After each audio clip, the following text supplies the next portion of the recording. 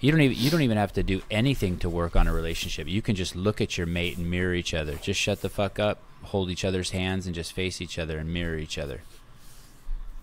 Probably powerful. I feel like I should have slicked my hair back for this. You do not need to. Only if you have manes like Marcus Philly and Sevan Matosian do you need to. You have to pull your hair back, or people will say you look like you're homeless. I look like I'm homeless. Marcus looks like a Greek god with his hair down. It's not a fair world. It's not a fair world. It's not the hair that's slicked back that makes you look homeless, I don't think. I think it's... Tell me, what is it, Marcus? I was really hoping you were going to say, it's not my hair slicked back that makes me look like a Greek god. God damn it. Tell me, what makes me look homeless, Marcus? I mean, I'm just... I always feel a little insecure when I'm on a call with a couple gentlemen that have the ability to grow great facial hair. I just can't do it. It doesn't work for me. It's such a weird What thing, happens too. when you grow...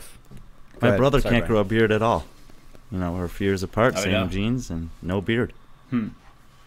Yeah, I tried growing. I played around with it a little bit, and then I remember in 2013, I had some scruff going, and I did fairly well at the regional event in NorCal, so I got some coverage. I came back to the gym on Monday to coach some of my personal clients, and I had this guy who just looked at me. He's like, "Hey, I saw you did good this weekend. You got to shave all that stuff off your face. You look terrible on camera." I was like, "Oh, thanks, man." So he told me I didn't look good. And that Isn't it amazing that it's amazing the influence people have on us? I have this other podcast, and the two guys I was doing it with were saying to me, "Hey, we liked you better with a beard," and so I haven't shaved in 8 weeks. That was it. There you go. I was completely clean shaven, and I'm like, okay, I can appease these people. I want to apologize in advance. My drink, my hot water and cayenne and ginger root water is very, very hot, so you guys are going to hear some slurping today. I know the listeners love that. Oh, yeah. Because when a drink's hot, you got to slurp it, right? There's some cooling down process as you kind of bubble it over your tongue. How do you like that cayenne ginger hot water replacement? I like for your it. Coffee. Yeah. Yeah. Well, it's not. It's for habit, not. There's no medicinal effect like caffeine used to have on me. Mm-hmm. But I'm giving caffeine up for a year. Yeah, I heard that. I'm very curious about that because it's something that I find it terrifies me to try and think about giving up caffeine for that long. And then at the same time, I'm weaning off caffeine and just drinking decaf coffee. When I spoke to Dr. Nick, he said something. Like you're trying to get off of heroin and you're doing it 5 times a day. And then all of a sudden someone's like, no, it's really great to do if you just do it once in the morning. So I'm 2 weeks into quitting, and Dr. Nick is like, no, I just take a shot of espresso before I work out. And all of a sudden that gets in my brain, and I'm like, okay, that's what I'll do. I'll just take a shot of espresso. I'm looking for an excuse. Sure. I saw it yesterday in an Instagram post. It was a picture of a young, what looks like a young Siddhartha or a young Buddha. And the meme written over it, or the writing over it, was... discipline breeds success. And I've always, since I was in my late 20s or something, I realized that. And discipline, usually for me, discipline means consistency and giving things up that aren't necessary. And I just hate waking up in the morning and being attached to this thing that I need every single morning. I just hate that thing running my life. That means that I'm missing some discipline, and that I'm not free. And the fact that there's a debate over whether coffee's good or bad for you means that it's bad for you. What do I mean by that? Like when you hear pregnant women say, oh, can I just have a little bit of coffee, or can I just have 1 glass of wine? The second they say that, they know. I hear a woman say that, and I'm like, oh, she knows. I'll take that as the... And by bad, I mean it's relative, right? Sure. Your free Krispy Kreme donut is significantly worse than... I don't think caffeine's fucking with your immune system. No, there's also plenty of good studies done on long-term benefits of caffeine, but then that's potentially correlated to just the type of people that are having caffeine. I don't know. It's not super conclusive, but I'm not giving it up right now, at least. And Dr. Nick, who we had on the podcast, was saying it's a performance enhancing drug. He thinks it helps your performance, and he even gave it a metric. He said about 1%. Coffee or caffeine? He said coffee, but I would say he meant caffeine, and I would say that's true. I see it right away. I see all my. I spend a lot of time on the assault bike. And the assault bike is not nearly as fun if you're not hopped up on caffeine. I mean, right away, I can get to the RPMs I want to get to in the first minute when I'm on caffeine, and when I'm not on caffeine, it takes like 3 to 5 minutes to get to that. Like I remember kind of looking into the banned substance list pretty closely when I was playing the sport, and caffeine's on there at certain quantities, and I was like, and I had like a tub of caffeine. Just to mix in with different pre-workouts and stuff like that, and I was like, oh shoot, how much of this is gonna be problematic, because it just clears so quickly. It's like you can't. I imagine they're like looking for somebody who's like taking super high doses, like on day of competition or something like that. But it just, I mean, it's clearly a banned substance because it's effective. Yeah, effective someone at told making me you better. Someone told me if you drank 3 Red Bulls in a row, you would pop for something. I don't know if that's true. Yeah. Put it to the Who knows test. if that's true. Marcus, do you know Brian? Just from seeing you on the podcast here. Yeah. Yeah, I don't think we've ever met at competitions or anything like that. Many years ago, Brian and I met on Instagram. He came down to a regional. We started doing a podcast together at the regionals, at the CrossFit regionals. And we just hit it off. We thought, at least I thought, I've never heard him say it, but I thought we were a good duo. And so when I fired up the Sevan podcast again, I reached out to Brian. He said, okay, I'll take a stab at it. Cool. Brian, where are you located? I'm in Chicago. Work at a CrossFit gym here. And cool. Yep. Are you still in Mill Valley? I moved up to San Rafael. Mill Valley is... Yeah, it's all same county, about 15 minutes away. My folks still live in Mill Valley, and that's where I grew up, so pretty close by. I can't say this about Brian's neighborhood because I don't know a lot about it, but for people who are listening, Marcus lives about 100 miles north of me on the west coast of the North American continent in the bizarre state of California. And we both live in probably 2 of the most beautiful places in the world in terms of the weather's damn near perfect, and we live in small, relatively small enclaves away from the hustle and bustle and chaos of Silicon Valley and the San Francisco Bay Area. But he lives in an incredibly beautiful place. I think actually Mill Valley might be home to one of the first, maybe the first marathon in the United States, the Dipsy Trail. Is that true? Yeah, the Dipsy Dipsy Trail is famous, and it's one of the most famous foot races that we've got in North America, maybe the world. But it's a 7.1 mile track from Mill Valley downtown. You go up and over Mount Tamalpais, and you end up at the Pacific Ocean at the Stinson Beach. And yeah, it's like everybody in this area, at some point, I haven't done it yet, but tries to register and sign up to race this race, and it's a really difficult, challenging run. I mean, 7 miles, and like I think the fastest raw times are like around an hour, so it's got a lot of elevation change. But I think they run it a number of times a year. They run the Dipsy, they run the double Dipsy, which is like out and back, and then they run the quad Dipsy, which is more of a marathon distance. And I recall, like, I think I remember back in the day, Kelly Starrett and like the Mobility WOD team did the quad Dipsy, and they did a little showcase on it. But yeah, it's a super tough track, but really famous, and it's like you gotta get into a lottery to even get into the race. People come from all over the place, and it's a unique race because they run it. It's not like they start by age.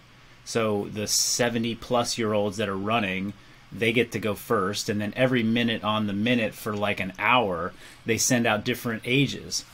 And so they go through all the ages of people that have been invited, and you get an invite from placements in previous years. Then there's like people that just registered after, and then they go all the way back to those age groups. So if you're like my age, you're like in your mid 30s, and you just wanted to get into the race, you got into the lottery, like in order to qualify for next year, you have to pass like 1,000 people on the trail, and it's like single track, so it's crazy people running on this thing.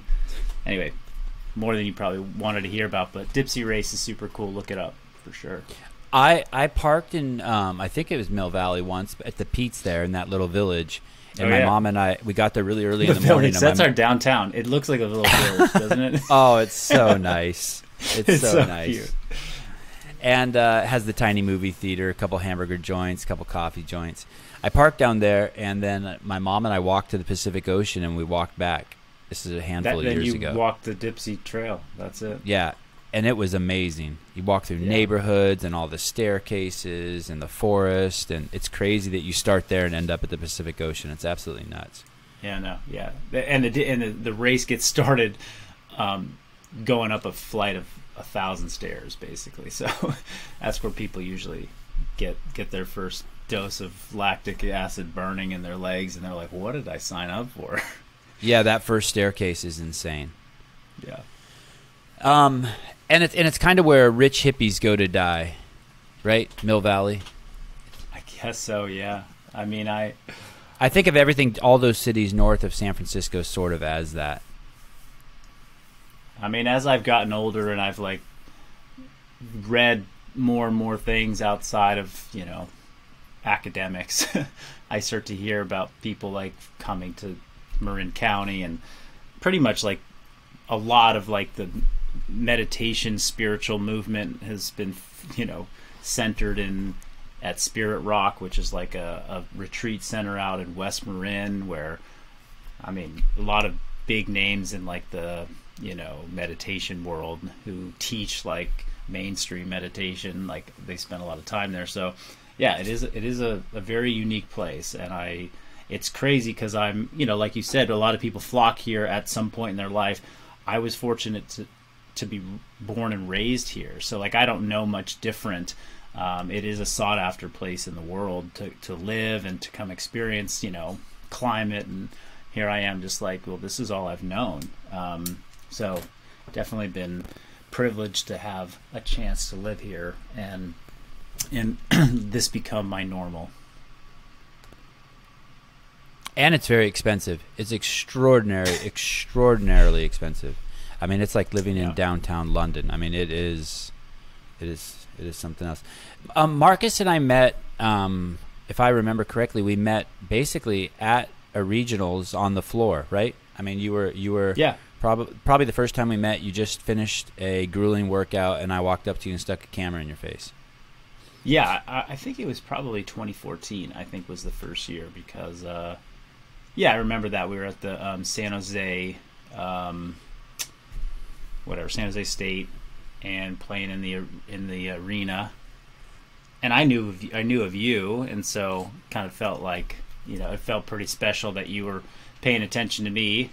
I think at the time, I mean, I was hanging out. I probably just liked your body. Don't get all excited. I probably just liked your body. Probably, yeah. Although I was hanging out at the hotel, my wife was like my coach, so she was backstage with me, and we just kept bumping into you and your wife a bunch, and I don't know. There seemed to be like a genuine liking of one another, like it was positive outside of the competition floor. So that was, I think, the beginning. Marcus, it's okay to start a relationship on a superficial. You can like a man for his body, and then it turned into something else. Sorry, Brian, go ahead.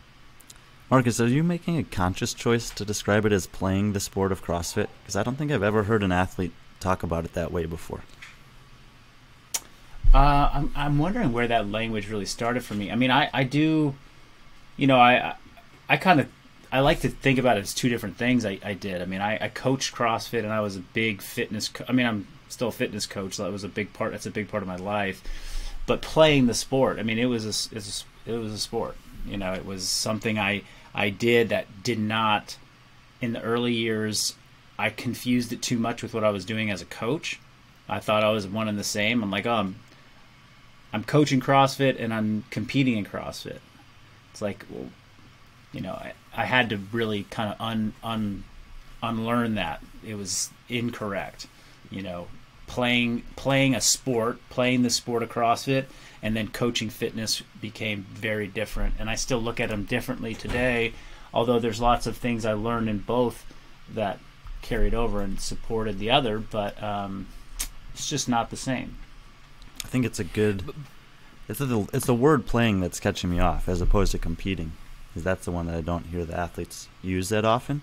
So I didn't know if that was a mindset that maybe you had adopted after the fact.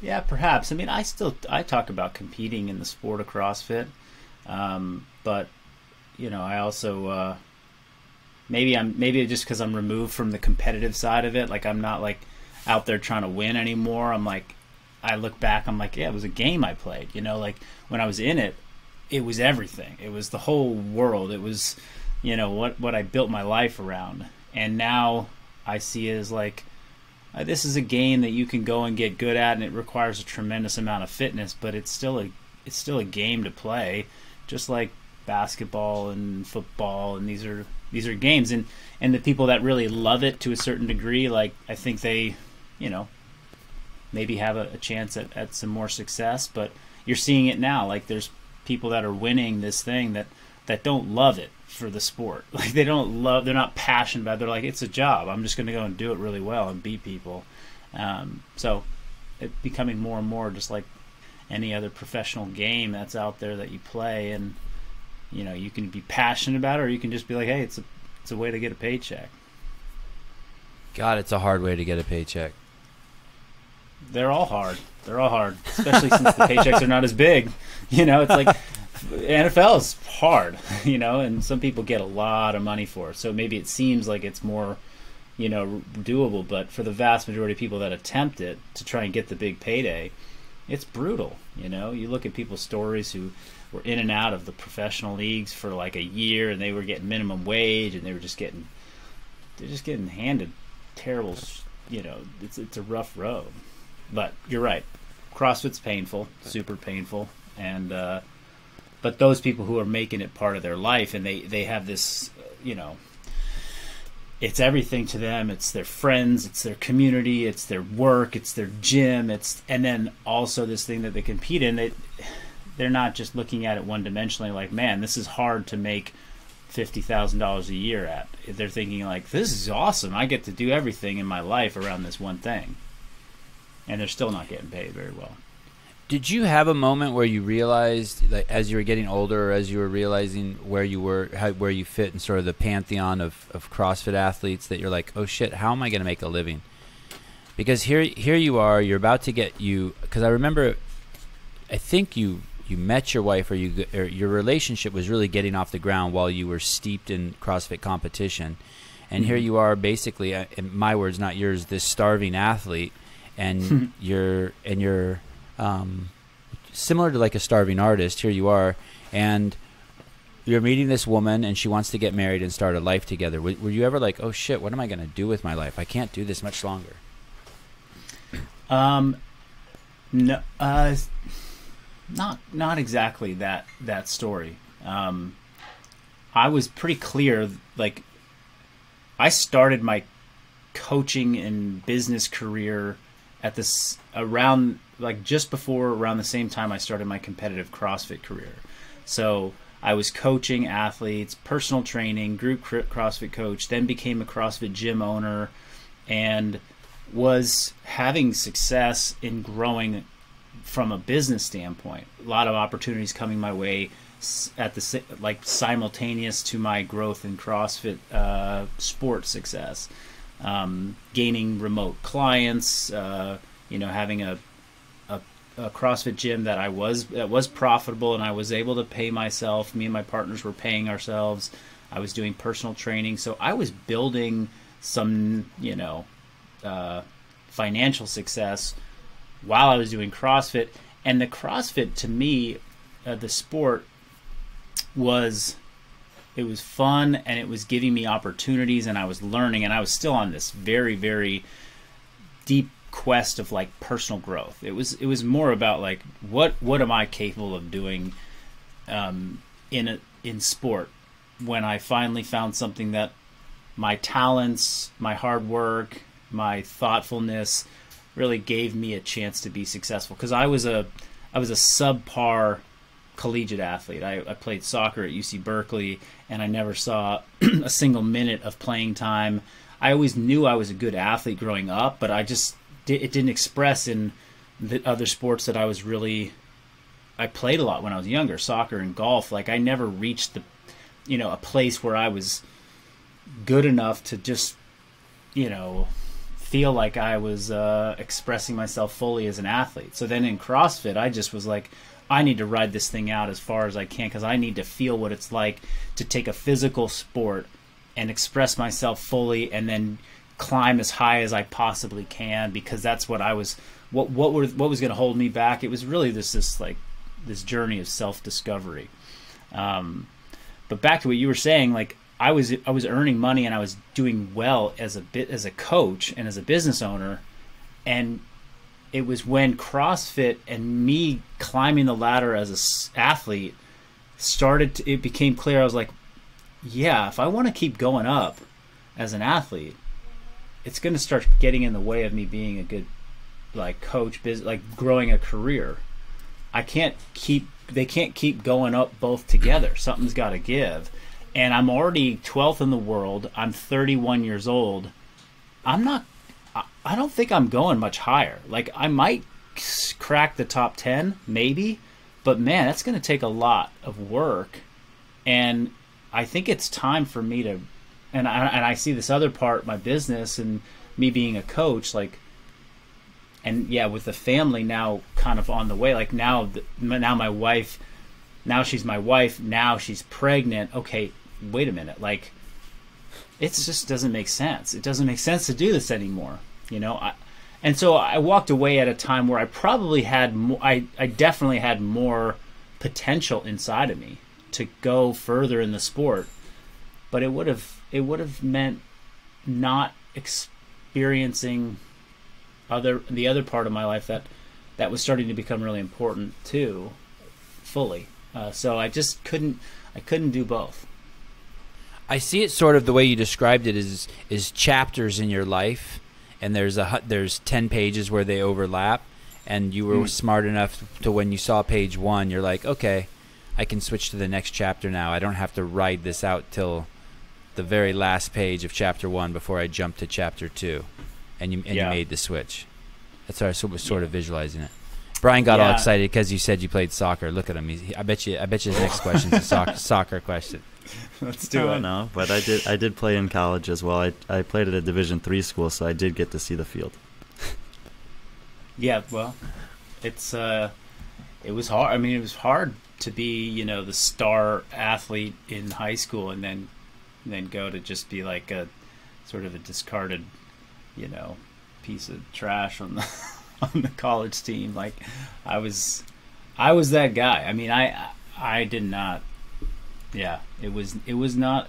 In hindsight, I really feel like that was a pretty damaging period of time in my life to my self-confidence. It was just like, whoa, I'm like, I thought I was great. I thought I was good, and now I feel like I suck. What's the difference between college and the highest level of high school soccer and I'm assuming UC Berkeley is a Division I soccer school? Yes, they are. And what was the difference? What skills did you lack, or was it politics, or why? What's the difference there? What didn't you have that got you on the field? I would say there's a certain amount of politics involved. I mean, I didn't go to college to play soccer. I went to college because I wanted to get into the best academic institution I could. My first choice was Stanford. I didn't get accepted to Stanford. My second choice was UCLA. I did not get accepted to UCLA. Berkeley wasn't even a third choice. It was just the best school I got into as an academic, student. And then the next step was, okay, who do I know, and can I contact the coaches at the school?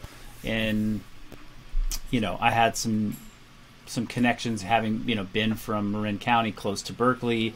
Coaches that I had played under as a high school athlete that went to Berkeley were former All-Americans that vouched for me. So I kind of got like a look at walking onto the team that most people didn't get. But I was not a recruited athlete out of high school.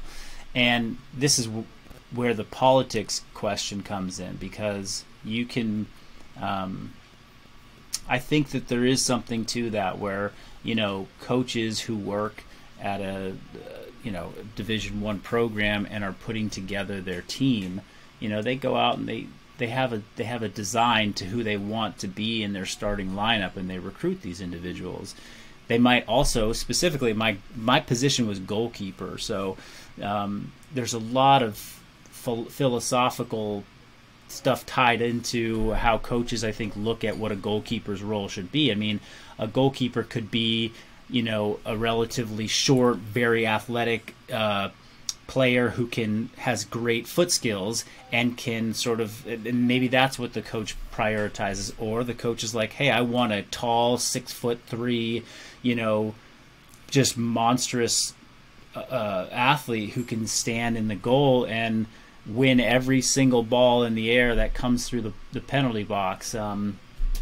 It's different, and I didn't fit the mold of what I think my coach really wanted as like a physical specimen. He wanted, the guys that I played behind for 3 years were 6 foot, 6'2", and they both went on to be All-Americans and play in the MLS for with some decent careers. So I didn't play behind scrubs. But I wasn't I was not recruited as like that guy. So I saw it as a great opportunity to get into, I was in school already, and here I was going to get to have a student athlete experience, which was all I knew in high school. And I knew that playing sports and being disciplined and having practice times and doing the thing always supported me being a better student, and that was important to me. So there were a lot of opportunities that came out of being a student athlete, getting priority registration, having access to certain, student athlete services. I got to be plugged into some different social communities that I might otherwise not have. I got access. The greatest blessing of the whole thing was that I got access to collegiate strength conditioning, which if that had a huge impact on my future as a professional and as an athlete in CrossFit. So we learned how to power snatch and power clean, squat, deadlift, front squat, overhead squat, Nordic raise, bench press, the whole plyometrics, jumping, all in college. And I was doing this, I got into it, and I was doing it next to the football players and the rugby players who were serious about their strength conditioning. My teammates could care less. It was like they came in, check the box, get out. But I was like, I'm getting access to some really good coaching, and I left college being able to power snatch close to 80 kilos, right? And that was and I was 20 years old. So that was, and I didn't even know CrossFit wasn't around at that point. So I had developed a pretty good base of fitness and strength, and so yeah. I think there was coaching. How was the coaching? How was the coaching in the strength in the gym strength conditioning? Yeah, I look back and I was like, we had. I think the problem was that the soccer team was sort of like lowest priority. So I feel like they kind of gave whatever the newest strength conditioning coach who just was new on staff, and they were like, okay, this is your hazing, go and coach the soccer players. We just kind of got with the soccer players. Seriously, yeah, it was it was. Because, like I said, 95% of my teammates did not care about getting stronger. They were like, why are we even here? And my coach was like, God bless him, he tried, but he was like, Philly, you're getting too huge, you're getting too big. And I was like, Coach, I'm 185 pounds. What do you mean I'm getting too big?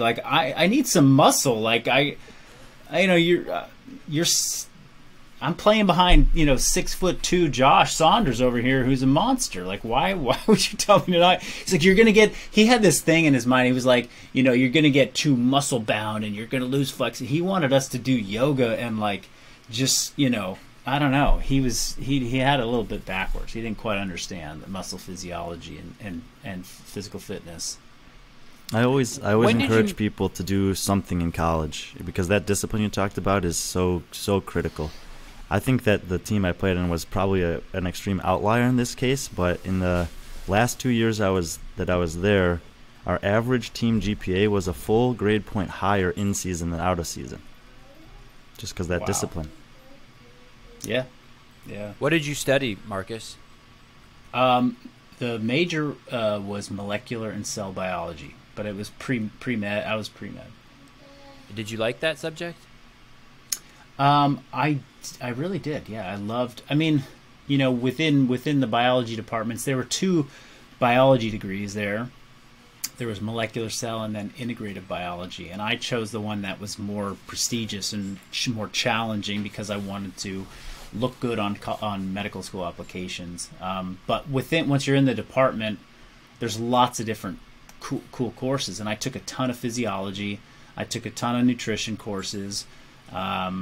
And then, of course, the requisite cell biology courses, but, chemistry, physics, math, and then biology was all very interesting to me. What do your parents do? Dad was a physician, and Mom was a technician in the department that my dad worked in. So radiology was their, my dad was a radiologist, and my mom was an ultrasonographer. So she was... you go get an ultrasound. She was the one that was doing the technical ultrasound. Siblings? Yeah, I have two siblings. One that's a half brother who's also a radiologist, and then a full blood brother who's a little bit closer in age, and he works in like digital marketing. Does it trip your family out? Two-part question. Does it trip your family out? Did it trip them out when you started doing the CrossFit thing? Like, oh God, what's Marcus doing? He should be going to school and like getting a job with health insurance. And is it also a trip to them that you blazed your own path, that you sort of, my words, not yours, followed your dream and just did kind of put your head down and worked and followed your dream and became so successful? Like, do you ever reflect on that with your mom? Because it's got to be scary stuff for a mom, because they want to see their son. Your parents want to see you set up, right? They want to see you before they die. They want to see your nest built with some chicklets in it, and you were just like, you were playing professional athlete.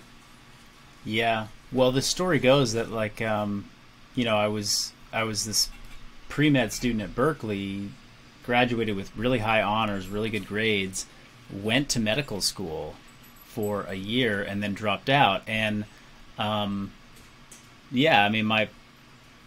dad was. They were both worried about me because I didn't, I wasn't one to just like quit stuff.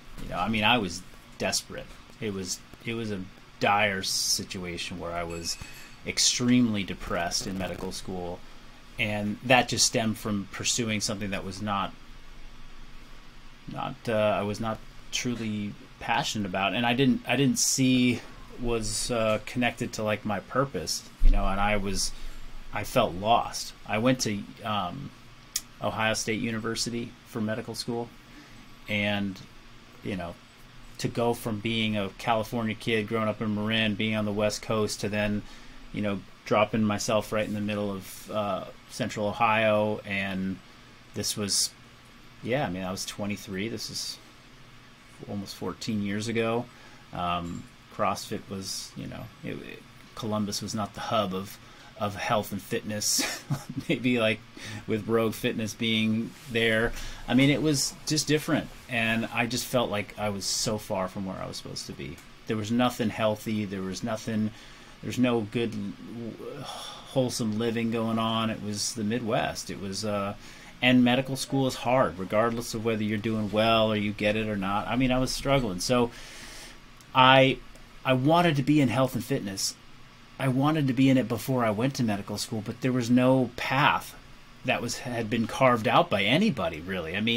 It was, you become a personal trainer, or, it's like that was it. That's all I knew. And so the micro gyms, CrossFit, getting into the community, whatever we do today, it just wasn't around. So I was like, okay, I got to stick to something I'm good at, and which is science and math. And I'm already on this long journey to becoming a doctor. I've invested all this time. I got parents, I got family in there. That's how they did it. That's how they created this life for themselves. I guess I'll just keep going. And so when I left and when I dropped out, my parents first and foremost were like, man, we got to get our kid healthy and happy again, because he's bad. He's depressed. And then so it was like, I'm going to take some time off. It wasn't like I'm quitting, but took some time off, and my mom was super supportive of me just getting healthy, and she's like, we'll figure out the rest later. And then I think, after a few months, my dad is like, okay, well, what are you going to do now? What are you going to do now? And he just wanted to see me engaged in something, because I think they were both very confident, like, hey, if he finds something that he's really into, he's going to make it work. There was no question. No question in their mind. I had plenty of questions. I'm like, how the hell am I going to make this work as as something else? So I was so driven to just over deliver on everything I did as a fitness coach. I worked at Pete's Coffee, that Pete's Coffee you talked about in Mill Valley. I worked there for 3 years just so I could coach CrossFit and get into this whole fitness world, and make a little money on the side, and just not be at home where I was going to be feeling judged by somebody, looking at me like, what are you doing with your life? I lived with my parents for 3 or 4 years after I dropped out of medical school. And I was just so committed to, like, I'm going to be the best coach at this gym. Everybody once I felt like I was making a difference in people's health and fitness and their lives, it was like, you could not tell me that this wasn't going to work.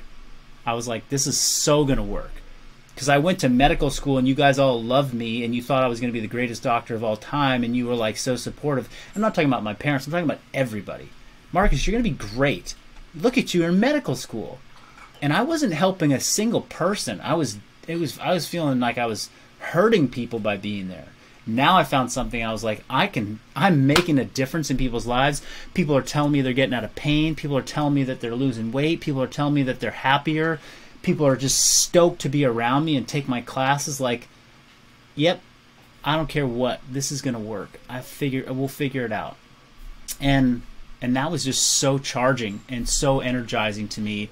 Once I caught onto that, the next 3 or 4 years was just like, that was what I poured my life into.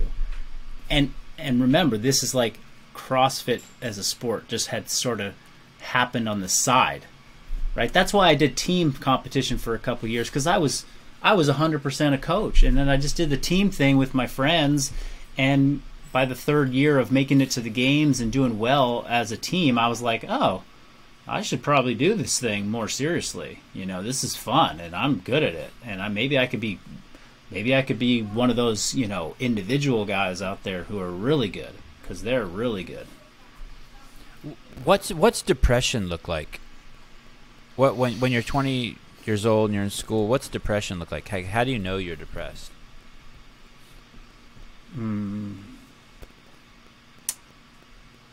I just wake up every day with the joy kind of gone. Most of my days were filled with worry and anxiety. Not really looking forward to anything. Just feeling like I have to get through each day, and it's hard to get through each day. My depression, I think, was brought on a lot by an anxious mind and a worry mind around, the performance that I was putting out in the world. So specifically as a student, I just put a tremendous amount of pressure on myself to do really, really well with grades.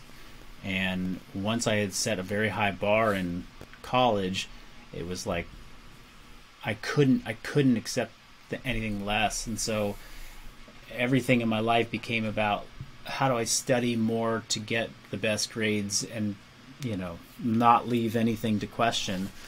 And that just became very worrisome and anxiety provoking. And and then not feeling like I was surrounded by people who just really like understood me. So it kind of just became isolated.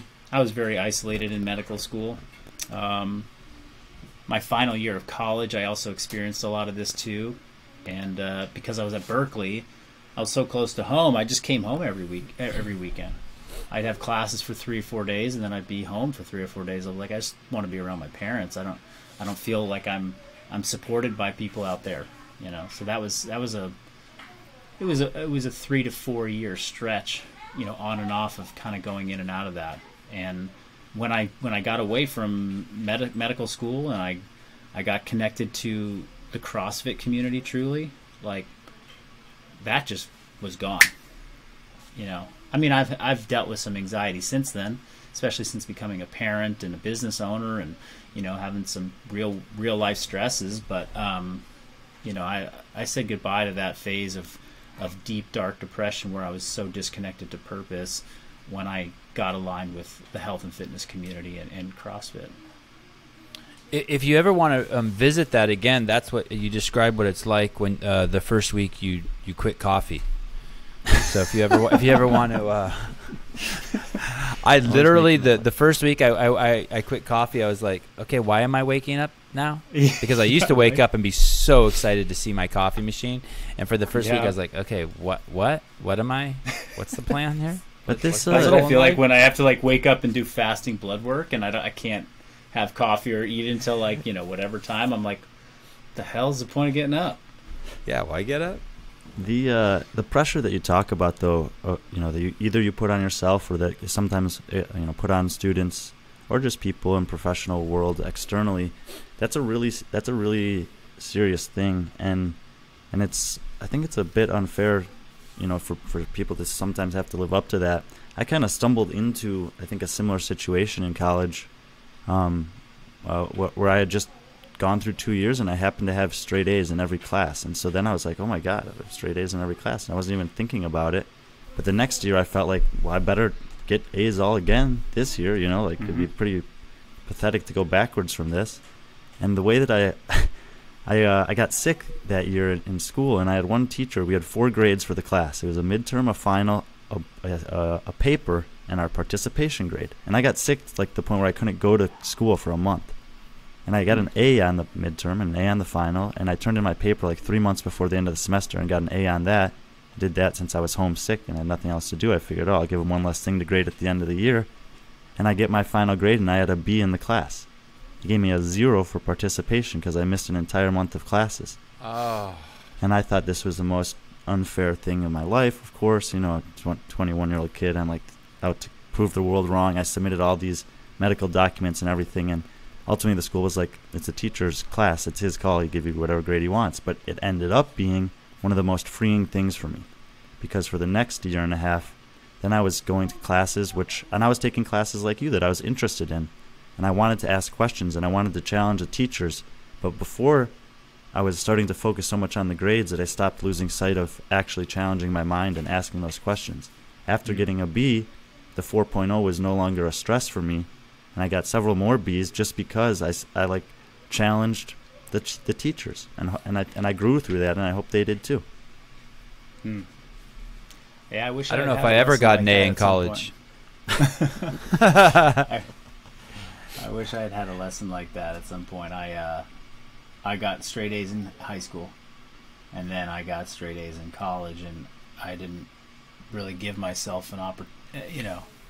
I didn't give myself any leeway, any in any direction. And of course, like the science and math classes, I don't want to say they came easy, but they were not as challenging, for me. If I put the time in, it was like the basic literature requirement to graduate from Berkeley. Like, you had to take like the one class. Like, it was the hardest class I took. I took an American Studies class in my first semester there on the recommendation of like my, academic advisor, because it was supposed to be easy. It was like the hardest class I took, in all 4 years, and I just was struggling. I was like, how am I going to get this A?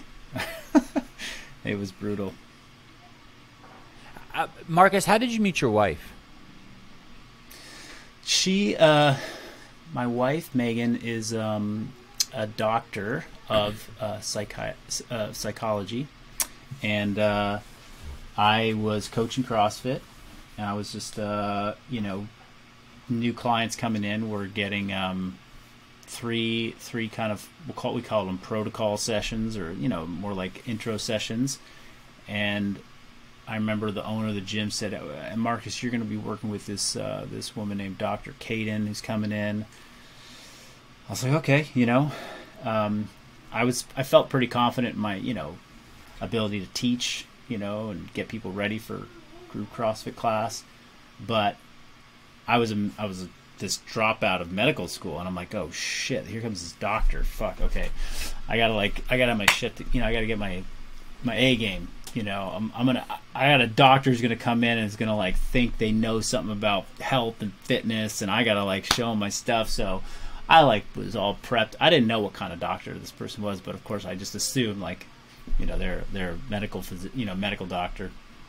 Anyway, she walked in, and cute girl. I was excited to coach her, and she was super enthusiastic, and she just lots of smiles, and we just chatted, and I think I just was I just over delivered. I was not I'm she's cute, but I'm I gotta teach her so good. I'm gonna be the best coach she's ever seen. She's gonna think that whatever. I felt like I had to prove something, and so we just had these 3 sessions, and then she went off and started taking group classes. And she didn't come to my classes. She was going to somebody else's, because we had the gym I was working for had a couple locations, and so it just didn't work out that we were coaching and taking at the same time.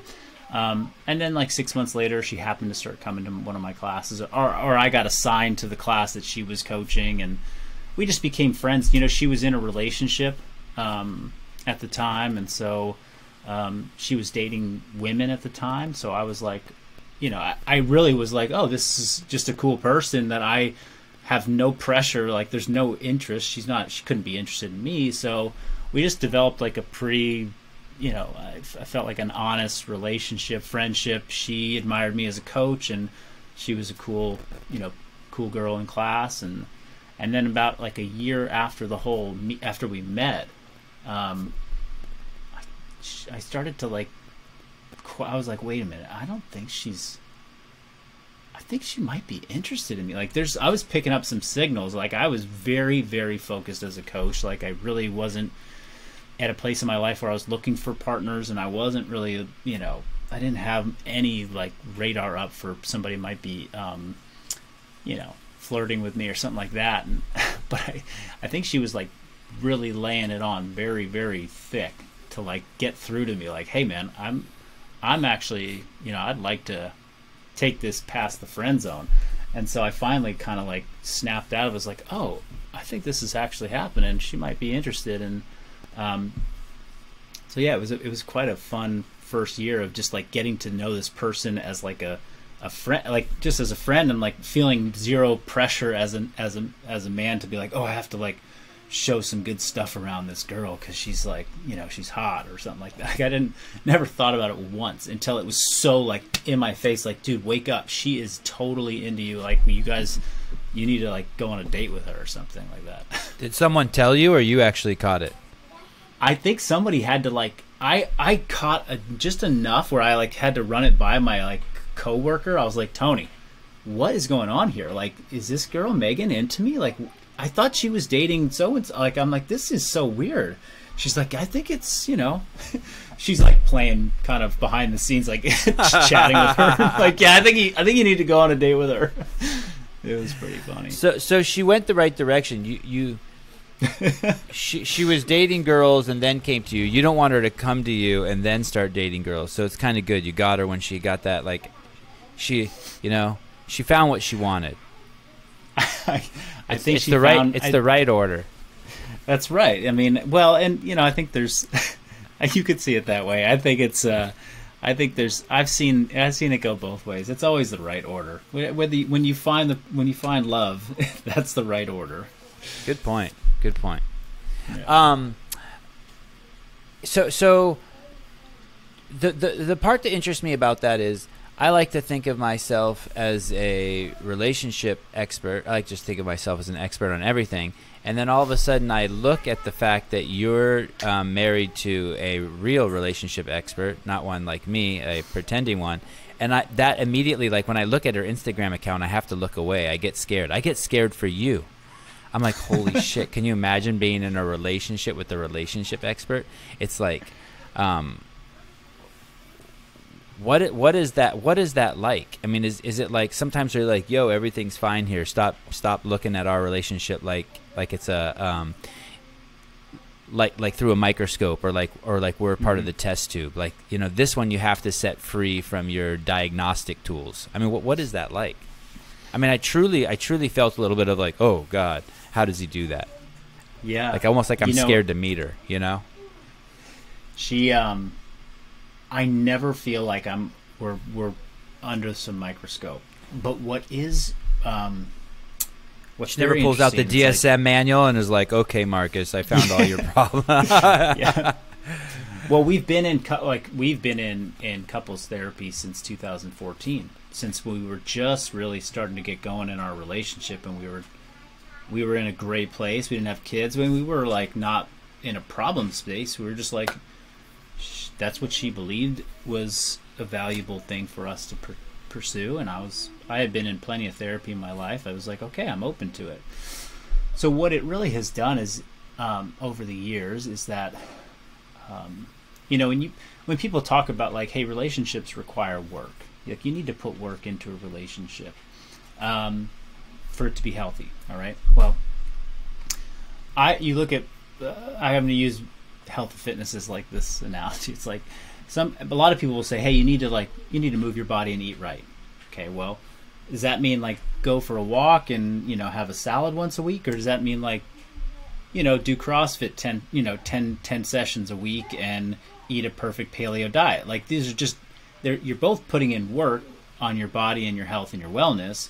It's just different levels and different extremes, or different like amount of focus on it. And I'm not going to argue that like, hey, going for walks and eating a salad a week is bad. That's good. It's better than nothing. And, you know, working on your relationship, you know, like having one honest conversation a month, like, well, that's better than zero. And then I see like how we have approached working on our relationship, and because her commitment to, and like, I prioritize health and fitness of the physical body, and I've done that my whole life to such a high level. Well, she has prioritized relationship as the center of all, like, life's purpose. And so that was not something that I grew up with, and that was my highest value and highest priority when I was before meeting her, and maybe even to this day. But I'm a partner to somebody who believes in that, both professionally, personally, philosophically.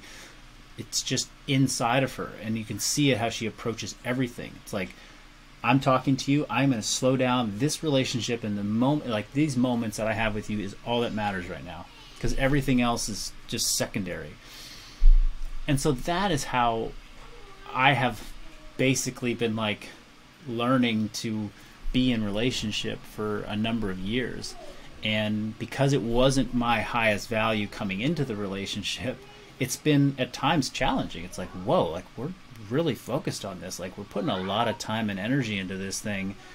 And I would imagine it's like, you know, somebody who comes into a relationship who's not that into, like, if I started dating somebody that wasn't into like health and fitness, they'd be like, dude, like, we're like talking about movement and like eating well and cooking food a lot. Like, why are we doing this? Like, they're going to see some value from it. And I'm sure they're going to be like, this is great. And then at some point they're going to be like, can we just shut the fuck up about exercise? Like, we don't need to talk about it right now, you know? And that can be me sometimes. I'm like, whoa, like, this is great. Our relationship is strong. We're learning a lot of things. We have our challenges. I'm glad we're doing this. And then sometimes I'm like, can we just not talk about it? Like, can we not Like, can we just not work on it for a week? Like, I just want to veg out and look at, Netflix. Like, can we just not talk? So, it's by and large a huge plus. Like, and it's more than just in our relationship. It's like, man, I have connected with somebody who has taught me the value of putting relationship first. Like, I bring that to other parts of my life now, not just her. For sure.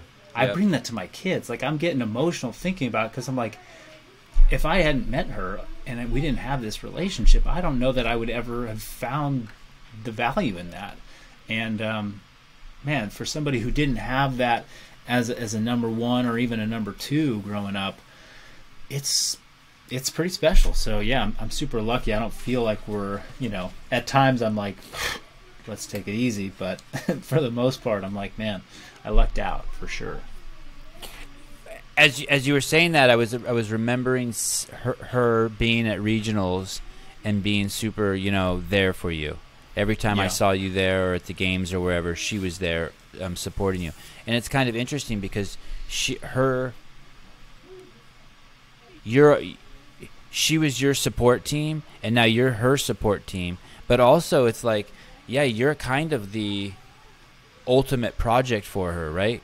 Because she has her own relationship, but then she's also helping people with other relationship. So probably in the same way that you held yourself to a certain standard, she wants to make sure she practices what she preaches, right? And now you've signed up to go along for the ride, which is, and you're absolutely right. That what you were saying was what I was thinking the whole time. No matter how much work you put in, it's really not. Your relationship with her is just 1% of the benefit you're getting. The other 99% is all the people you deal with all over the world. Yeah. But man, there is nothing. I mean, so you kind of have two sports that are kind of the two hardest sports in the world. You're working on yourself.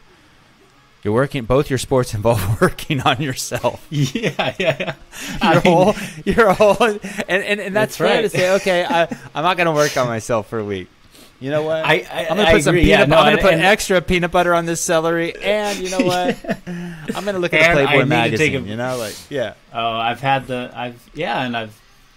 And I think that's been a growth for me in the last year. Is like of course, I mean, going back to like the school thing, like wanting to get good grades and wanting to like do the best and be the best and have the best like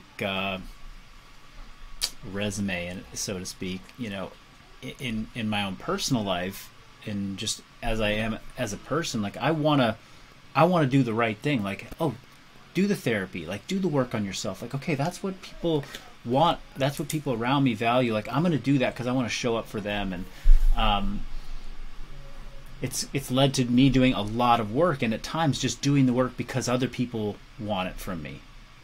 And I've had to learn in this last year, like, okay, it's all right to just not want to do it for a week, or it's okay to just be like, hey, don't ask me about the thing.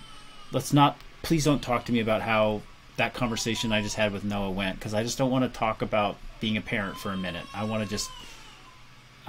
not perfect, and I just want to take a break off it, So it has been interesting to come into some of that awareness this year. It's like, yeah, I've been working on myself in so many ways, and sometimes I just want to take a break.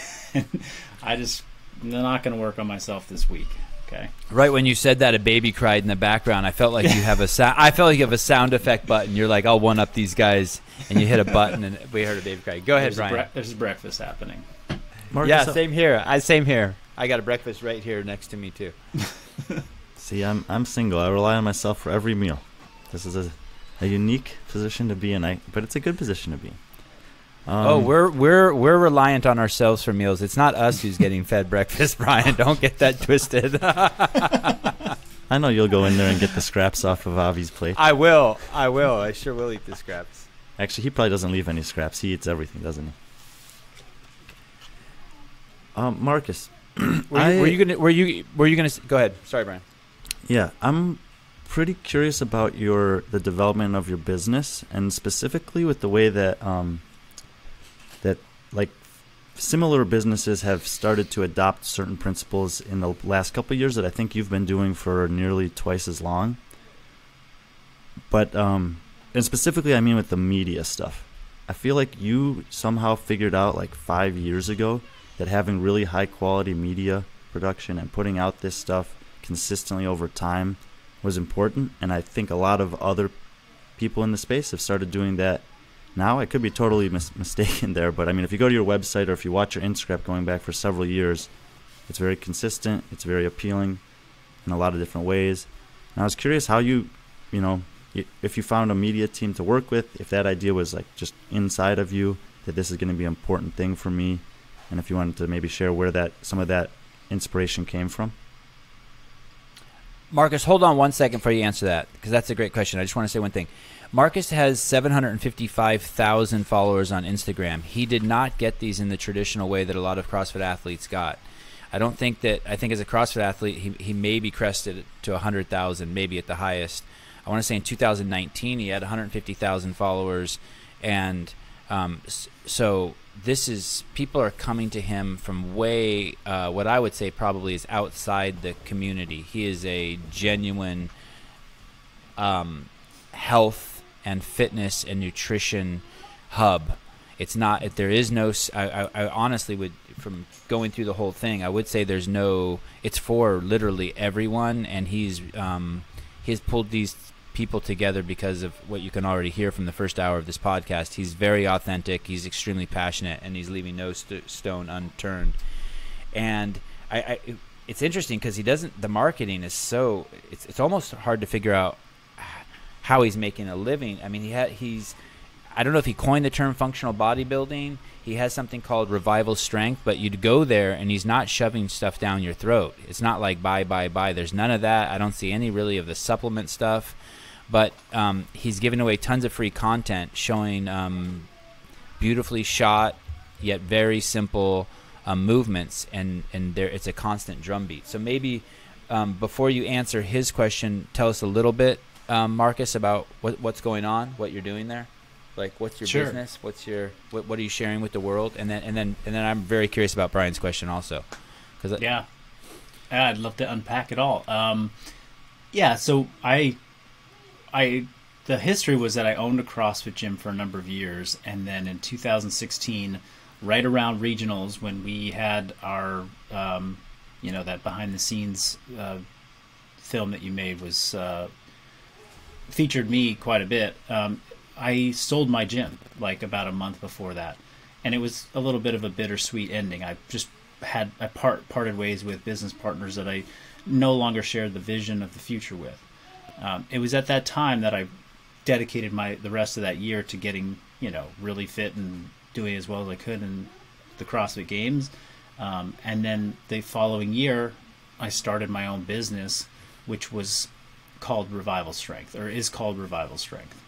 And it's a coaching business, fitness coaching business, that had multiple arms to it. It had online personal coaching, and then we opened up a small training facility in San Rafael for local clients. So it was not a CrossFit facility, but we did a lot of the same stuff, and we were just offering it in a one-to-one personal coaching format.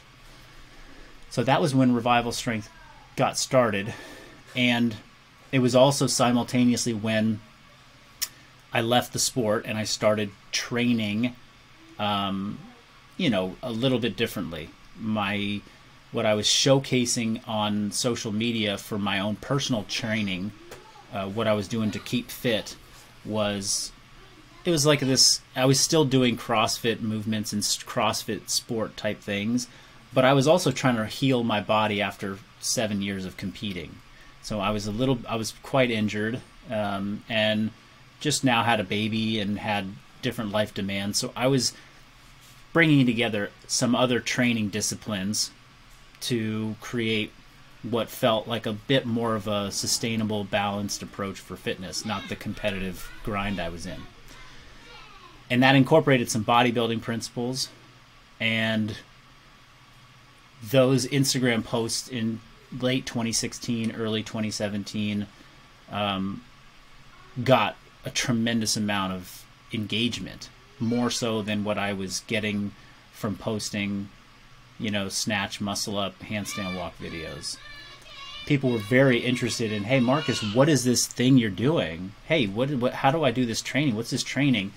And I was just in an exploratory phase, and I one day I didn't coin the term because somebody had used it in the past, but I did a training session where I had done some CrossFit.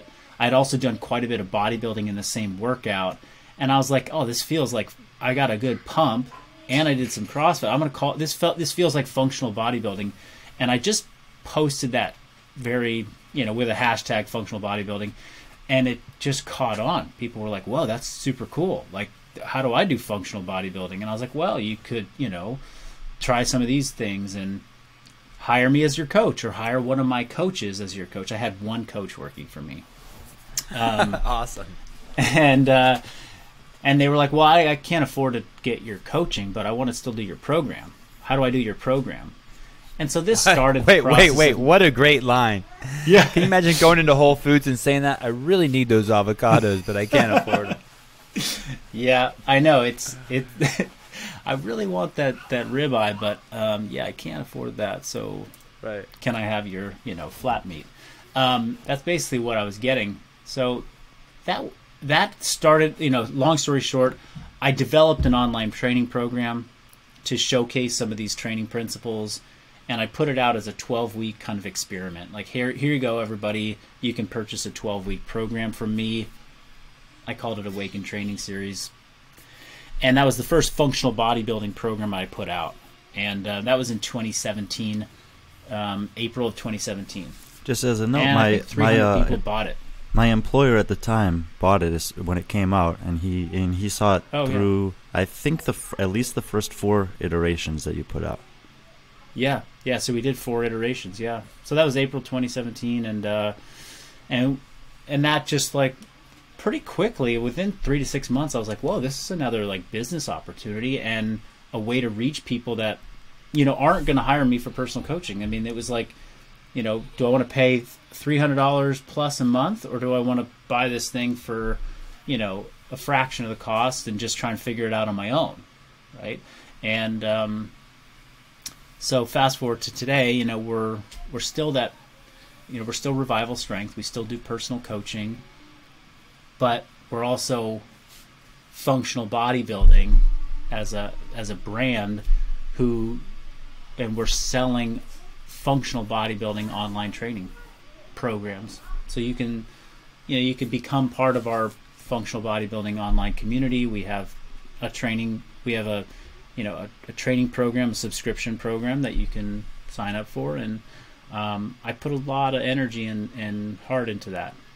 Now, back to what you were saying, Brian, where did it all start? Well, it really all started in 2011. I hired my first coach to coach me as a CrossFit athlete. OPT was my first coach. So James Fitzgerald became my coach. Yeah. And that's some good OG Marcus, pedigree. Just a little. The guy who I said was my employer in 2017 who bought your program was also being coached by James Fitzgerald in the around 2010, 2011 time period. Oh, right on. Who was that, by the way? His name's Anthony DeSaro from Naples, Florida. Yeah. Yep. I know him. He became a personal client of ours at some point in Revival Strength later on. But James was like a huge inspiration and kind of mentor figure to me early on. And but the way that is important is that, in 2011 when James was coaching clients, the way that he reviewed our training results was through online blogs. We all had to have our own blog, and we had to post our training results to a blog so that he could just... Is this the Big Dogs blog? He had a Big Dogs blog. He had a blog where he gave out free training content. But no, this was marcusphilly.org or marcusphilly.com. That was Marcus's training journey. And it was every single day from 2011 to 2013 that I trained. I posted my workout, what my results were, and videos that went with it so that James or whoever wanted to coach me could go and click there and say, oh, this is what he's doing. This was before companies like True Coach existed, and we had platforms to deliver, results to our coaches on the web. I had to do all this work. So I was a content creator, and before social media was really big. Right. I was just putting it on there, and eventually I started linking it to my Facebook. But that was way after the fact. I was doing it because I needed my coach to see it, and then the small community of people that were, big dogs or other OPT athletes at the time all had my website, and they could go look at what I was doing. Well, that actually turned into a couple clients. People saw that, and they emailed me. I put a little link to my email. I got a couple clients out of that. And to me, it was like this act of showing my process. How am I getting to where I'm at? James called it take off the kimono. Be vulnerable. Be naked. Just show it to the world, right? So that when you show up on competition day, there's nothing to hide. It's like everyone knows what you did. Hey, this is the guy. And that was extremely freeing to me. It was like, if I'm just totally authentic and vulnerable and I put it all out there and I show everything, the fails, the wins, the PRs, the shitty days, then I'm living this and I'm learning and I'm going to grow. And so I did that for years, and then Instagram came around and I was like, well, hell, this is a heck of a lot easier than posting this blog. This blog takes work. I was writing, and if people want to, if they can find it on the internet, there's some deep stuff in there. It was like a diary that I wrote, and I wrote paragraphs every day about what was going on internally to go from being a good team athlete to cracking into the individual competition scene of the CrossFit Games. It was powerful. And so when I started showing that on Instagram, and that became the driving force, was like, I'm always going to be the person who's going to show it all. I'm just going to give a lot, as much as I can. And if I do that, I know it's going to come back in the way of business opportunities, in the way of clients and customers. And so that was a foundation for me forever. And then in 2016, 2017, I met a very important person who is now my business partner. She came to me, and we had a similar view of what it meant to grow an audience, and that was providing really high quality content for free. And she helped me to start an email list when she was like, you need an email list. And I didn't realize it was an important thing. And starting in 2017, we started writing weekly editorials, and I haven't, missed one since. And that has always been about teaching people, showing them how to do it better for themselves, giving actionable tips every single week. And this philosophy has just carried us, so far. And it became clear that when it looked good on social media, people clicked on it more. And so I was like, well, great, we got to get this information out there. We may as well make it look the best that we possibly can.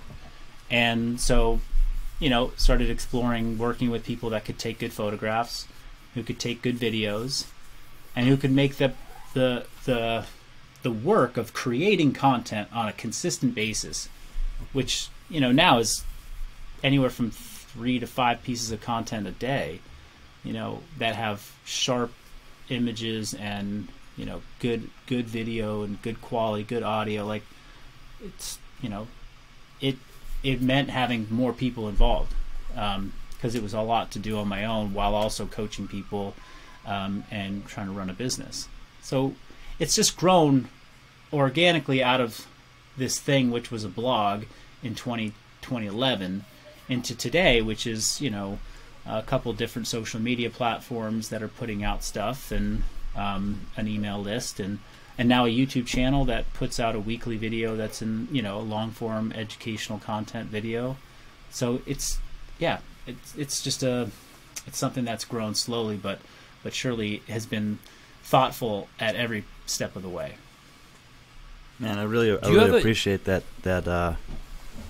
sharing that journey, because I think people can see the finished product, but they don't know the years of foundation that sometimes goes into it. I mean, I've always been curious of how, like I said, how you arrived at such a professional looking platform kind of early on in the game. So I appreciate that, Marcus. Are you and your wife, like, is there a strict schedule every day? Like, do you know, like, it's not common that someone on the West Coast will take a 7 a.m. podcast. Oh yeah, yeah. You I was wondering. it. I was like, man, you get going early, but I guess that's for people in other time zones, huh? Well, also, like, 7 a.m. is the only time shit's quiet around here. I agree. Yeah.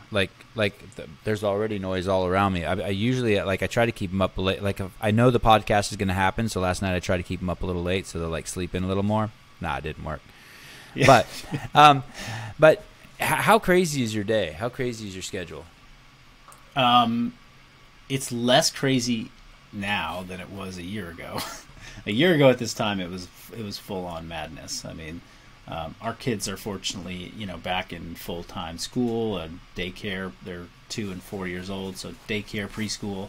But at this time last year, we didn't have that access, so we were doing everything from, ourselves here, and just taking and trading off. So we sort of developed some of our daily schedule that still, exists today from a year ago. So this is like her morning to get them up, get them fed, get them going for their day. And I have until, I have all morning to work. So I was up at 5 this morning. I did my morning routine, and then I'm, answering some emails, getting on a podcast, maybe taking a meeting. So it's a pretty structured, schedule for our family, and it works really well. And that's because we're both working full time, or we both have our own businesses that we're running, and we have great support for our kids. Like I said, they have school and daycare, and my mom is local, so she takes she helps out with them, but we're also very involved. Nice. Yeah, I'm picking them up from school 3 days a week at 3 p.m. and dropping them off a couple days a week at 9 a.m. So that kind of puts some constraints on work time. So I have to just be pretty focused on when I get things done. Do your kids have to wear masks at the preschool? Your 2-year-old and 4-year-old? They don't. No. Even the preschool, because it's technically licensed as like a daycare center, they get to create sort of their own rules. Awesome. Congratulations. I have very strong opinions about 2-year-olds and 4-year-olds covering their face on every level. So you already took a cold plunge this morning? I took a sauna and a cold plunge this morning. Damn, you are a pampered man. You are a pampered man. Isn't it funny? I'm calling you pampered man, even though cold plunge is just, I don't know how much that is of pampering.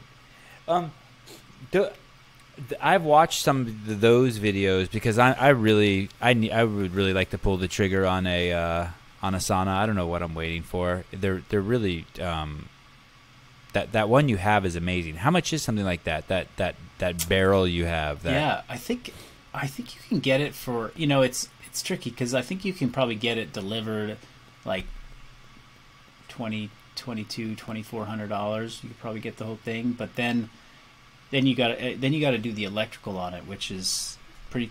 You have to get it hardwired, and that ran me like $1,000 to get an electrician to come out and do that. So that was like an unknown expense that was going to come from it. It's $220. It's $220, like a washer and dryer or something.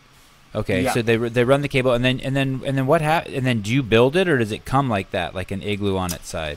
You build it, yeah. But it come the two circles, the front and the back, come pre-made, and then there's a bunch of slats, and it shows you how to build it. I had a handyman come and build it for me. That's what I would do. Yeah, who did it in like he's done a bunch of them, and did it in like 4 hours, so it wasn't that much to have him put it together. But yeah, I'm not handy at all. I don't know how to build anything. And so yeah, I don't look like a man, and I'm not a man. Marcus Philly, on the other hand, is false advertising. He looks like a man, but is not a man. Yeah, I could lift some things for you, but I certainly can't build it. Yeah, Sevan, you got to get one. It's absolutely been. It's one of those like health and wellness tools that if you incorporate it into your life daily, you'll be like, whoa, how did I ever live? Like now, I do it every single day. For over almost 2 years I've done it, and we were like I'm like, I don't like to go anywhere. I don't like to travel because I want to have my sauna. Like, we're thinking about doing a little kitchen remodel, and we might have to move out for a couple months. I'm like, fuck, where am I going to find a place to live for a little while with a sauna? Like, it's just so important to the daily ritual now. So it's plugged in, it's electric, and then do you turn it on, or does it heat up rocks and then you throw water on the rocks? Like, tell me a little bit more. Really get me. You don't need to use water. The rocks get super hot. Since it's a small 2-seater, and I bought the superpower heater in it. You know, they give you, like, you can get like the second tier heater that's more powerful. It heats up in probably 10 to 15 minutes. So I literally I wake up, turn the hot water on, go out there, click the thing turn it to on, come in, brew my coffee, take a few sips, go out there, and it's ready to go. And so you could do dry sauna or wet sauna. You could have steam pouring off of it, or yeah. It's just dry. I mean, it gets so humid in there. I mean, you're sweating like crazy without any steam. So I don't find it to be necessary. Although I do have a little water pail in there that I can drop some water on it every once in a while if I want. And then, yeah, you can do a few things. Like, I put a rain cover on the top of it, which was important to just keep wet out, but then that also insulates it and traps more heat in, so it makes it hotter. And then, you know, it does jack up your energy usage a bit, but then we got solar panels, so I'm like, I'm just heating myself with the sun, the power of the sun, which we're all feeling good about. And how long do you stay in there? Yeah, because people ask me that all the time. It ranges anywhere from like 30 to 50 minutes. Wow. You know, I'll go in there and my phone can overheat if I like hold it up too high, but I usually answer a lot of direct messages in there, DMs in there, and I get a lot of those. So it's a pretty effective use of time. I connect with a lot of people, and so I'm in there from 30 to 50 minutes, depending on how many DMs we got. You have 2 girls? Yeah. 2 and 4. Are you going to have any more kids? No, I took care of that. We decided it wasn't going to be for us. I love the idea of maybe having more kids, but it's a lot in Marin to think about having more kids. It's a lot. My wife's 42 now, so we wanted to have her first before she was 40, which we did, and I don't know. I just think we're happy with where we're at, and plenty of work to do right now. Is it stressful having kids in this world? Like when you look at the future, are you like, holy shit, there's a lot of chaos going on? Or I'll be honest, I don't. Periodically, I'll think about the future for them and the future, what that might look like, raising them. But I feel like it's just there's so much to do today. It's so challenging. Right. It's not challenging. It's just we got our hands full just giving them a great life experience right now. And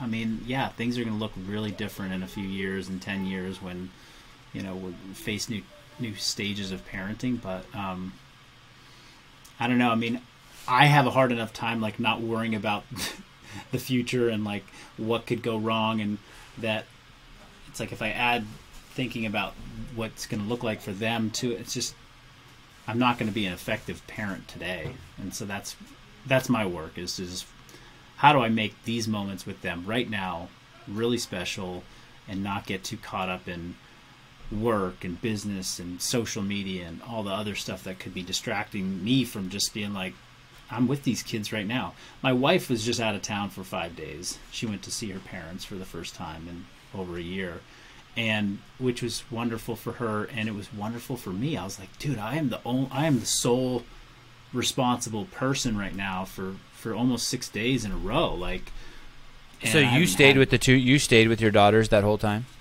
Yeah, yeah. My mom helped out a little that's bit awesome. with pickup, but I was just, it was, 5-6 nights in a row. It was just me and the kids, and every little peep that's coming from the room, like I'm on red alert. Like this is nothing's gonna go wrong on my watch, and that it was special for me to feel ownership more so than I normally do when I'm in this dual parenting role with her. And but yeah, all that's just to say, like it gave me just a more of an appreciation for how important it is to just do a good job today with them, and give them as much of myself as I can, and not get too caught up in what's going to happen in the future. Yeah, I try to use the chaos in the world to motivate me to just make them more capable, and I don't really let it stress me out at all either.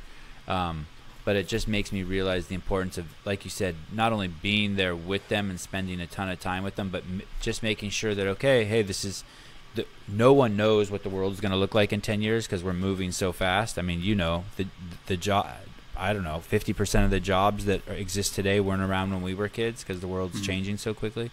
But yeah, I like that. Some people will ask me sometimes, are you stressed out? And I'm like, no. But even though I immerse myself in sort of the chaos and I like to look at it, for some reason it doesn't stress me out.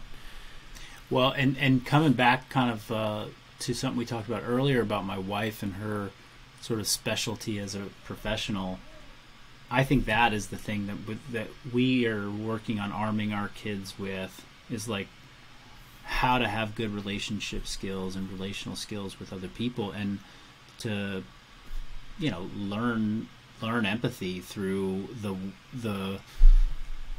relationships that we're building with them and them with each other. And that's like, if the world could change, but like how we relate to one another is gonna, there's gonna be some common threads in that forever. And being able to look at somebody else and really truly listen to them, and to hear their perspective, and to be compassionate, like see that there's other people around you that matter too, and not just be self-centered. Those are things that are learned for sure. And not that we're the only ones involved in that process. There's people at school are involved in that, but like we're working on trying to cultivate that in a big way for them. So your relationship with your wife will definitely have in my opinion, the largest impact on that for sure, right? They'll model that behavior. Right, exactly. Sevan, can I make a U-turn here before we probably have to Please. wrap it up? Yeah. A few years ago, Marcus, I was watching you on Instagram, and you posted that you'd like snatched for the first time in 6 months, and you either like PR'd or came really close to a PR or something like this, and it totally revolutionized my concept of training. And then fast forward to this year, prior to about a month ago, I'd only ever done one set of 5 unbroken ring muscle ups. I'm not quite of the caliber of muscle ups as Sevan is over there. It's a very hard movement for me. And then all of a sudden I just decided to do this workout that included 5 sets of 5 ring muscle ups. I hadn't actually been up on the high rings in at least 6 months. And I was able to do all 5 sets unbroken. Wow. And you talked about how you, when you stopped doing CrossFit competitively, you started changing the way that you trained a little bit, heal your body with some of the motive and whatever. And I always thought, like, man, if I'm going to get good at ring muscle-ups, I need to do negatives all the time. I need to get up on the rings every day. I need to do this. And somehow, the way I became more competent or proficient at doing them was by not doing them, but by doing tons of other stuff. And so, when I looked back, I was like, oh, in that time period, I had done a lot of core work, and I had done a lot of upper body bodybuilding, which is upper body pressing has always been a weakness of mine. So I was just curious, I'm assuming that you still have some kind of tapped into the competitive scene and know a little bit about what's going on. But from your experience now being outside of it for 5 years or something, not really competing, have you noticed that even if I go back, like I can see that workout, say, oh, that's kind of a cool workout they did in the open. Let me do that workout, even though I don't do workouts like that often. Do you find that you can like excel in some of those? No, I cannot. No, not and I'll tell you, yeah. Because you got old, Marcus, or because why? Why can't you? I reached a or very because high you were level, too good. Very high level of fitness when the intent in everything I did was to be better and to get stronger and faster and build. I brought that intent to every training session back then. Now I don't bring that intent to every training session. I don't have an intent of like, I want to get stronger, I want to get better, I want to push limits. I go into my training nowadays and I'm just like, I want to feel like I gave effort, but I don't care where it takes me. There's certain things I'm working on building strength-wise, but they're not measurable as it would relate to like CrossFit fitness metrics that are important. So there are workouts that are still like, I would consider like wheelhouse workouts for me, but I would not be able to do any of them to the level that I did 4 years ago. And I get the question often like, hey, do you think you could get out there and still, compete with, your former competitors? And the answer is no, I definitely couldn't. If I decided today, Marcus, like 2022 games, do you want to go out and try and win the Masters division? If I truly wanted that and that was my intent, I think there could be a possibility. I'm not saying it would be easy, but there's a possibility because I have a tremendous training background. I have great mechanics relative to the field. I've done it, so I know what it feels like, and I know what goes into it from a work perspective. But all of that means nothing if you don't want it. If you don't wake up each day and you're like, I'm doing this thing. I got a purpose. I don't have a purpose behind that stuff.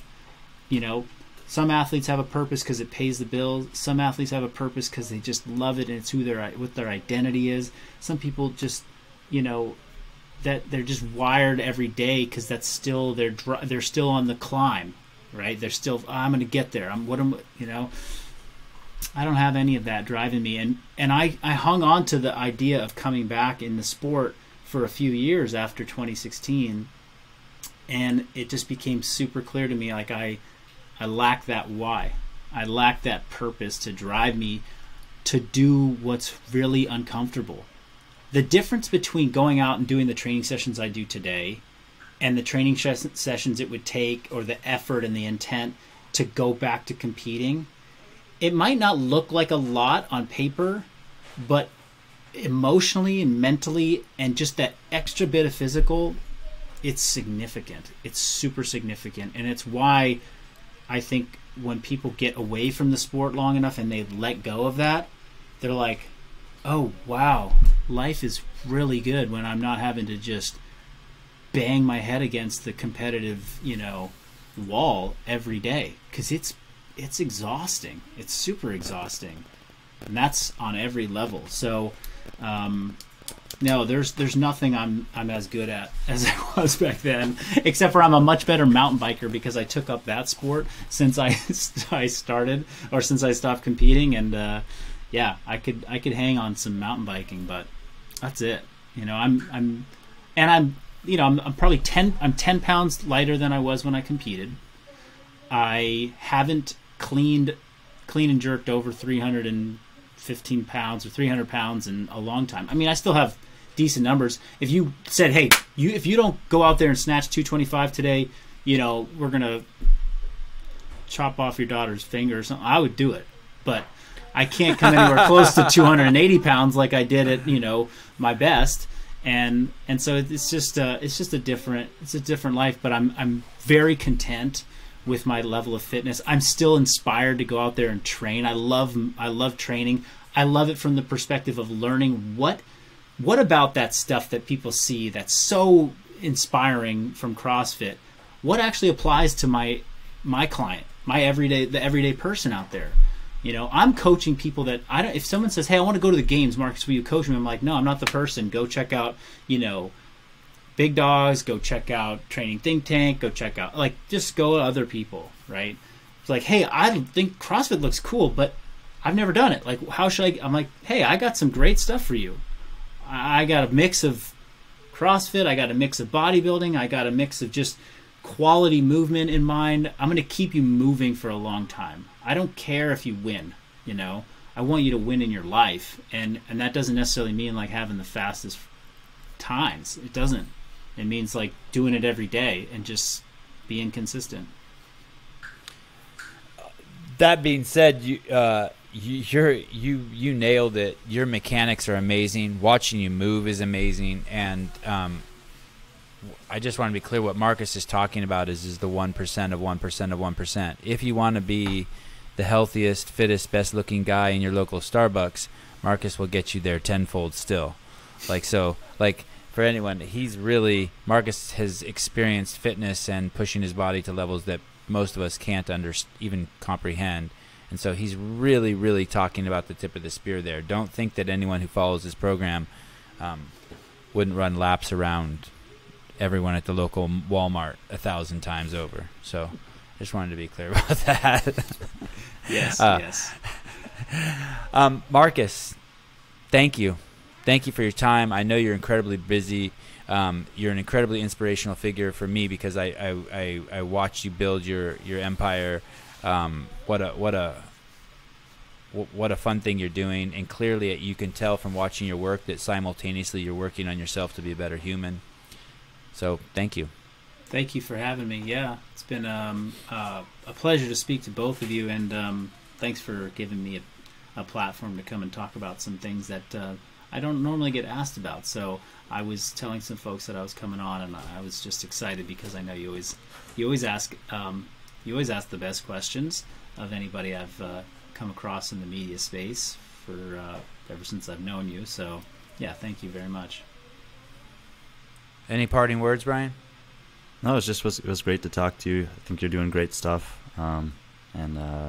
maybe we'll be able to meet down the road sometime. Yeah, that would be great. Nice to meet you, Brian, and thanks for saying that.